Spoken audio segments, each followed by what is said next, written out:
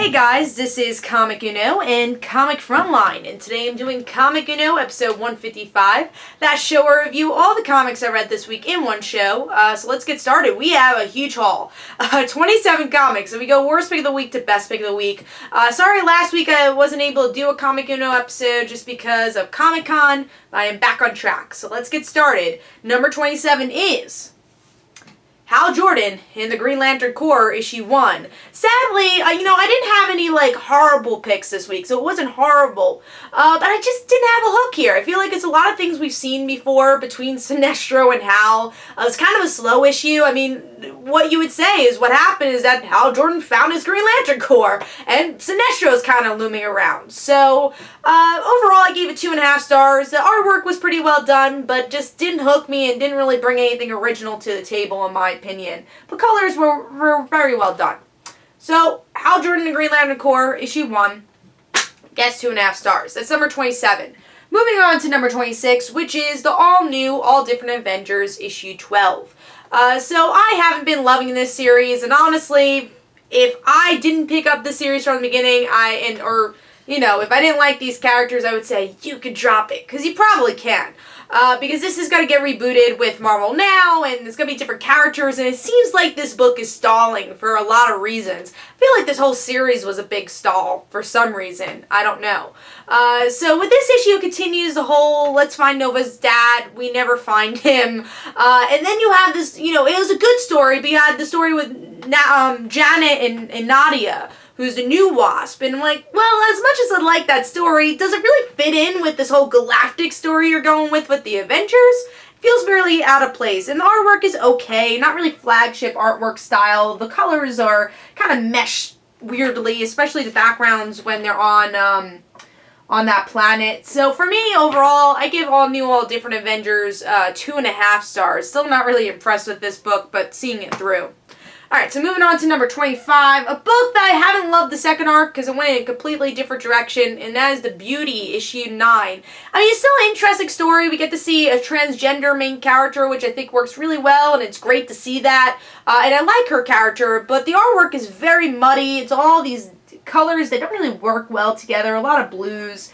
I like the story, I like the ending, but I feel like, why am I dedicating myself to this character when I know this is not really the full scope of the Beauty, or am I ever going to see this character again? So I'm just very confused of what direction the Beauty is going in, and that makes me less interested in this story, even though it's kind of a well-done story.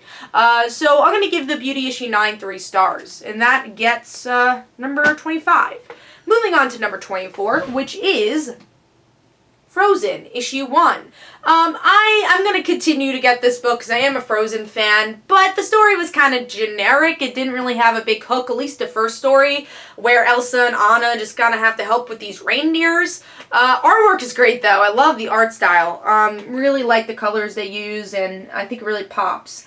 But I wouldn't say this is really for kids, not because it's, has any adult stuff in it. It's just that it's kind of wordy for kids to enjoy. I was surprised by that, and I kind of wanted a little bit more from the characters, honestly. And the second story is a little bit more interesting, where they find this, underground thing in their palace. I thought that was cool. And I like the small details of, seeing the differences of their clothing in summer and winter, because the summer version is a little bit more of the Frozen short that we have with Cinderella. But yeah, Frozen issue 1, it wasn't bad. I'm still going to read issue 2, but it definitely didn't hook me either. It's kind of forgettable. So Frozen issue 1 gets 3 stars. And that was number 24. Moving on to, let me make sure, number 23. Number 23, which is Mockingbird, issue 5. I was sad to see this low, because I was excited for this issue overall to finally get the puzzle piece. But the artwork, or I will say the coloring, changed a lot. It was more of that Scarlet Witch type style. It wasn't as bad as that Spider-Woman crossover part 1, but still does not match Mockingbird, which I feel like has always been brighter, and it has this weird line work, so I didn't love the art. That kind of took me out of it a little. It wasn't horrible again, but just, I didn't think it fit the book that well. And also, I wasn't that interested in that virus by the end of the story. I'm like, okay, go with it, you know, let's see what happens. But I felt like it was very repetitive throughout the issue. Definitely the best part being the team up between Howard the Duck and Spider-Man. I thought that was fun. And Mockingbird in general is still a very fun character, so you have some fun dialogue, but the story overall didn't really impress me. So I'm going to give Mockingbird issue 5 3 stars. Now it's number 23. Now I'm really sad to see this so low. And number 22 is Detective Comics issue 937. Now this is usually top 5 material. I've been really enjoying the story, but for some reason as it goes on, it keeps going down and down and down, lower and lower. With this issue, I just feel like it didn't really progress the story that much. You see a little bit between Batman and his uncle, who's also Kate's father. I guess you learn a little bit more about that operation, but it's a very slow issue. I mean, most of it is Batwoman kind of hiding because they have to, and then they're like, oh, let's fight. And you don't get a lot from the other characters either with, you know, something that's so slow here. Artwork's still good. I like it. There are times where, like, I kind of wish there was more detail and facial expressions, but, or at least some of the faces, some of the positions they put them in, but, because there are some good detail here, but, like Stephanie looks a little weird in one of the panels here. Try getting it. So just more consistent facial features here. Let me see.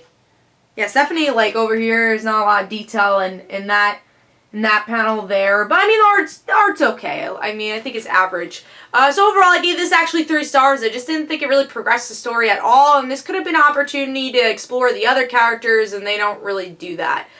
So Detective Comics issue 937 gets 3 stars. That's number 22, I think. They go up to number 21. Let's see. Yes, number 21 is Tomboy, issue 6.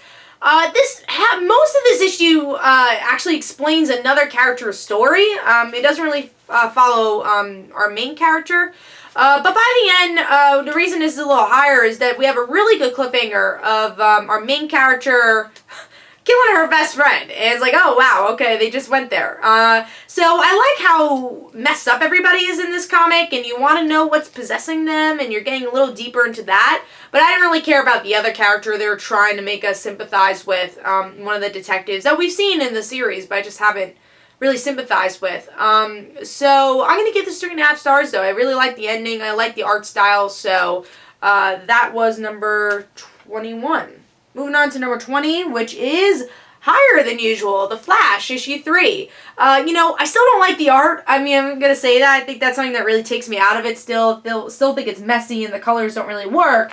But I like the story. I like seeing the new speedsters in this book. And I like the new female speedster. I think she's cool. I think she has really good chemistry with Barry.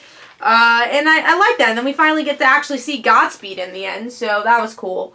And I don't know if it's actually Barry's old partner. It seems like he's dying, so we'll see what happens there. But I liked it. I like the whole thing that Barry wants to help these speedsters. Get a little bit of Star Labs in there, kind of connecting it to the TV show.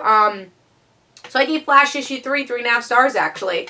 I was more impressed with this issue. Still needs work on the art, though. Alright, moving on to number 19, which is Hyperion, issue 5, where I feel like if you read Squadron Supreme, you're going to get more out of this. I don't. I read this just at Hyperion because I like the book. But I just didn't like Thundra that much. She wasn't very likable, and she's the love interest of this issue. And it looks like she's kind of just going to join the series and team up with Mark. And then you have Doll, who I really do like, and she encounters Iron Man for some reason. I don't really know why, but this definitely felt a little bit of this weird transition issue where they finished their first arc and they don't really know what to do with the character, at least in this issue, so we'll see. So Hyperion issue 5 was okay. Still like the art for the most part, or at least the colors I really like. The artwork changed a little bit in this issue where his facial hair looks a little weird. But yeah, overall it was an okay issue, just not one of the best for Hyperion. So I gave this issue 3.5 stars. I want to make sure that was number 19. I'm going to put these on the floor because it's in my way, my backboards. Alright, so that was number 19. Now we're moving on to number 18, which is Wonder Woman, issue 3, a little lower than the last issue, but I liked what they did with the Cheetah Diana dynamic. I think you still have to be a bigger Wonder Woman fan to fully enjoy this. I don't know if it really is like, oh my god, I can't wait to see what happens next. Don't really know what's going on with Steve Trevor in this issue. That interests me, but again, the best part of this issue, definitely the Cheetah and Diana dynamic. And I love the deep color work here. I think is really well done. The artwork in general for both stories is really well done. So I'm still a little bit more attached to the origin story though, but we'll see how this all connects. So I gave Wonder Woman issue 3 3.5 stars. That was number 18. So we're going to move on to number 17. Which I'm sad to see this low. I love this book, but, oh no, actually that's going to be next. Never mind. But yeah, this is kind of like this middle book for me that I'm like, I'm still getting it, I guess. And that's Totally Awesome Hulk issue 9, which I actually did switch digitally. And this was an okay tie into Civil War 2. You know, you just get the motions from Amadeus Cho, and Captain Marvel knocks on his door and says, hey, I don't care if you're mourning. You're a Hulk. So, I mean, the story doesn't progress that much, but it's kind of a cool look at the character after everything that happened with the Hulk. Great artwork, same artist who does Weird World, who I really like that series with Sam Humphries. So, overall, I gave it 3.5 stars. It's a must-read, probably not, but if you're a big Hulk fan, you should read it. Alright, so now we're moving on to number 16, which I was surprised that was so low, and that was the Mighty Thor, issue 9. So this issue, I think, takes its time a little bit and delves into the stories I wasn't really interested in with what is it called, Roxxon and those events. It kind of digs deeper into that than the character stuff that I like with Mighty Thor. I mean, the artwork is still gorgeous. I love that, and I do like Roz's and Jane's dynamic, where my favorite scene being when Jane's talking to her hammer and she's like, oh, you guys want like a room or something? So I like their dynamic. And I like the cliffhanger where we get to see those agents are getting closer to finding out that Jane is Thor. So I did like that, and we'll see where that goes. So I gave it 3.5 stars. There's definitely some good character moments, but I still wasn't really interested in the main plot, in the main antagonist of this book. So the Mighty Thor issue 9 gets 3.5 stars. That was number 16, I believe. Let's see. Yeah, that was number 16. So let's move on to number 15, which is Jupiter's Legacy, Volume 2, Issue 2. This is another slower issue. And with this issue, we get to see the attack on this woman, their villain, who got a little confusing because she ended up becoming tall and like, is that her power? And then you really couldn't see everybody who was attacking her, and I got a little confused, honestly, with the battle of who was attacking who. But that was a big part of the issue, and then something ends up blowing up, and everyone has to kind of deal with that. And that's the big part of the issue. And it looks like the husband of Chloe, his father still is out there, so he's going to have to deal with that. That was a big cliffhanger, too. So overall, I mean, if you read Jupiter's Circle, you'll know more about that character, which I didn't really love that series. But Jupiter's Legacy 2 wasn't as good as issue 1, but it was an okay issue. I gave that 3.5 stars.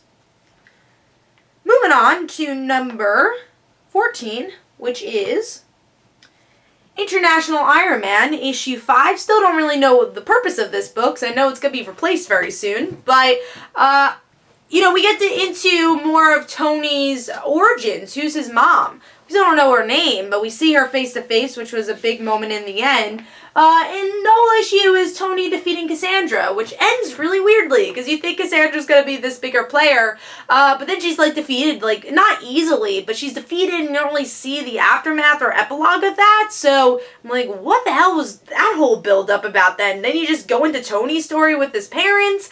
I'm like, what's the flashbacks all about then? Hopefully that all adds up, but it got confusing on what the point was from this issue. I mean, it wasn't a bad issue. You definitely get some answers. I like the art style, and I like Cassandra's character, and that's why I'm upset, you know, that Brian Michael Bendis did such good character building with that character and then just kind of drops the ball. It feels like these two halves of the story. But there's definitely aspects I like about the issue, and I still think it's worth picking up. And hopefully we'll get answers in the next couple of issues of why they did what they did in this issue. So International Iron Man issue 5 gets 3.5 stars. Alright, and we're moving on to number 13. That is Action Comics, issue 960. I know I'm enjoying this book a little less than my frontline crew members, but you know, I feel like it's just so action heavy. Now I understand it's Action Comics, but the story doesn't move that much, and I think that's still my main problem here. Even though there's some good moments in this issue, especially between Lois and Wonder Woman, and even Clark and Lois, I think that's the highlight of the book. It's just like, you're still fighting Doomsday? Like, I know it's Doomsday, but it's 4 issues, and all you've been doing is fighting Doomsday. So I think the book is really slow in that aspect, and they need to put a little bit more meat into it. That way this whole Doomsday thing doesn't get boring. I know to some people it won't, but for me personally, is not, you know, wasn't a big Death of Superman fan. I'm not saying it's a bad story, but I'm just like not an ultra fan of that story. So I don't want to read Doomsday like every issue. So yeah, Action Comics issue 960, you know, definitely has good moments in the issue, but I think it needs to pick up the story a bit. So Action Comics issue 960 gets 3.5 stars, and that's number 13. Moving on to number 12, which is Nightwing, issue 1, which I thought had some good character moments, especially between Barbara and Nightwing, and then Nightwing, Damian, and Batman. I think the character work was really well done here. Love the interior monologue about his circus days and what his character means and why he's different from the other Bat family members. But I'm still not sold on the whole series being about the Court of Owls and him going undercover again. And they kind of make a point here, and Barbara makes the point too, is saying, hey, haven't you already done this before? It's like, yeah, but now it's different. I'm like, well, how is it different? You're Nightwing, cool. Not a super spy, awesome. But it's not really different from what was going on in Grayson. So I don't really know how to feel that it's not really a superhero type story, but you know, there's definitely shining moments in the issue, but like I said, I don't know where the direction's going and if I like the direction it's going in. So Nightwing issue 1 gets 3.5 stars. I think that was number 12. Let's see. Yes, that was number 12. So now we're moving on to number 11, which is Outcast, issue 19, where we're finally getting some answers in this book. Now, also with Kirkman's style of writing, it's only really one scene of the book, and that's why it's not as high as usual. I mean, you get story in it, but it's kind of a slow build because it is just one scene. But it's cool because we get to see, you get to see Mark and our devil character kind of dig deeper into what is the Outcast. What does it mean? And it looks like it might be religiously affiliated with God or the devil, but it also seems like it's dancing around that subject. So I am curious to see what this whole world is about, because we don't really know. Even though we're up to issue 19, we really don't know what this world is about. Which, you know, with Kirkman stuff, he usually doesn't like answering those things. I mean, Walking Dead's definitely an answer to that, you know, evidence to that. But I like the moments between Mark and the devil, or maybe not the devil, the guy we think is the devil. And the artwork is great. Definitely like the little moments here. Cliffhanger could be better, though. It's just like, alright, Mark, you're back in the cell. I'm like, okay, that's it. Thought it was going to be a bigger cliffhanger than that, like him running away or something. But I still like the issue. I gave Outcast issue 19 3.5 stars, and if you're looking for more answers, you get some of them here. Just or more questions, really, but you do get some stuff here. So Outcast issue 19 gets 3.5 stars. Moving on to number 10, which I'm happy to see this so high. Civil War II, Choosing Sides, issue 3. This is actually the first Choosing Sides issue I got, because they are very one-shotty, and I'm only picking up the characters I like. I'm a huge Kate Bishop fan. I didn't even know J. Jonah Jameson had a story here, but I'm happy to pick that up, too. Nick Fury, I don't really care too much about. But Kate's story was interesting. We see Kate deal with her light in I guess the paparazzi because of Hawkeye in the news. Gorgeous artwork here. And then she gets the help of her Young Avengers team members to kind of comfort her and say, yeah, you know, don't worry, this will pass. Second story is J. Jonah Jameson as a journalist on his point of view of how he's dealing with this, and how I love J. Jonah Jameson because he's so conflicting that he wants a hero, but he doesn't want a hero. He's like, the world needs a hero, but I hate them, hate them because of it. So I love the kind of psychological dance he's playing in this issue. And you do get to see Cindy, even though the art's kind of weird in this book. I think the story does work, and I love Cindy and J. Jonah's relationship, and it works even better here. And then next is this whole Nick Fury story, which was okay. I mean, I guess you had to read the other issues to get it. I mean, I love this page, though. That's kind of just a cool page of Nick Fury shooting somebody, and I just thought that was a really good moment. It had some nice beats in this double splash page. So, yeah, the Nick Fury story you don't get much from, but at least it's kind of interesting art. And overall, I actually thought it was worth picking up. I liked all three stories. I kind of wish they had one full issue for maybe 2 characters instead of 3 to get more meat in it, but I still liked it, especially like the J. Jonah story and Kate Bishop story, and I think it's worth picking up if you like those characters. So I gave Civil War II Choosing Sides issue 3, 3.5 stars, and that was number 10, I believe. I think we're moving on to number 9. Yes, we are. So number 9 is Titans issue 1. So I thought this was a very solid book. I still want a little bit more from the other characters because it's very Wally heavy, but I love that because I love Wally, and I like that we get a little bit more from Wally and Linda. Learning that Linda wants to see Wally again, even though she doesn't know who Wally is. She's like, oh, I know the story's kind of chasing me to go there, and I like that they really showcase her personality. The cliffhanger with Abra, whatever his name is. Yeah, Abracadabra could have been a little better. But I love the Wally stuff. I really like the friendships between the Titans, especially Donna, I think, is totally in character. So Titans issue 1 gets a solid 4 stars. That was number 9. Moving on to number 8, something I'm really surprised by, and was pleasantly surprised by as a series, Red Hood and the Outlaws Rebirth issue 1. I've never read Red Hood and the Outlaws, just have heard horrible things about it. But I picked this up just because I've been trying a lot of the new DC Rebirth stuff, and if you guys don't know, I'm a huge Bat Family fan, so I was just like, alright, let me pick this up. And, I always tend to hear that, that Libdell does a really good job at, Jason's stories. Now, I don't know how it's going to be in the next issue when 2 other characters are added, but I really liked how he told Jason's story. If you don't know anything about Jason, you really get into his head, but also if you know stuff about Jason, it's still very interesting to read to get into his head. It's not boring by any means. So, I liked it. I like the art style. I'm looking forward to seeing where it goes. Now, it's not higher because I kind of wanted some stuff from the other characters too, but we'll probably get that with issue 1, and it's probably a good thing that it wasn't crowded this issue. So I gave it 4 stars. I was pleasantly surprised by this book.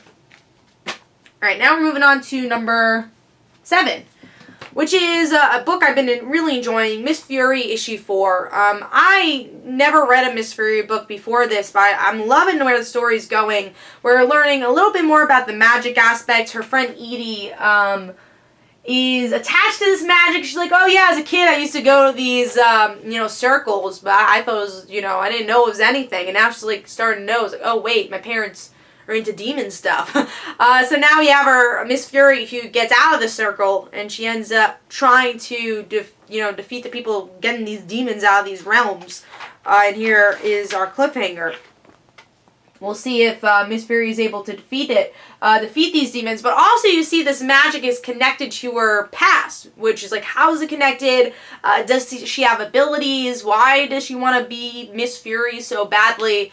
I really liked it. I enjoyed the story. I like the characters, and I like the direction where it's going. And I hope it's not just a mini-series, because I would love to see this as an ongoing. So Miss Fury issue 4 gets 4 stars. So it was very solid read, and I can't wait to read the next issue. Alright, moving on to number 6, which is Batgirl issue 1. Didn't quite make the top 5 because there are some amazing books that came out this week, but Batgirl was a really well done, solid read. I thought it was a good setup. We learn a new character, or we're introduced to a new character, Kai. And he is an actual childhood friend of Batgirl.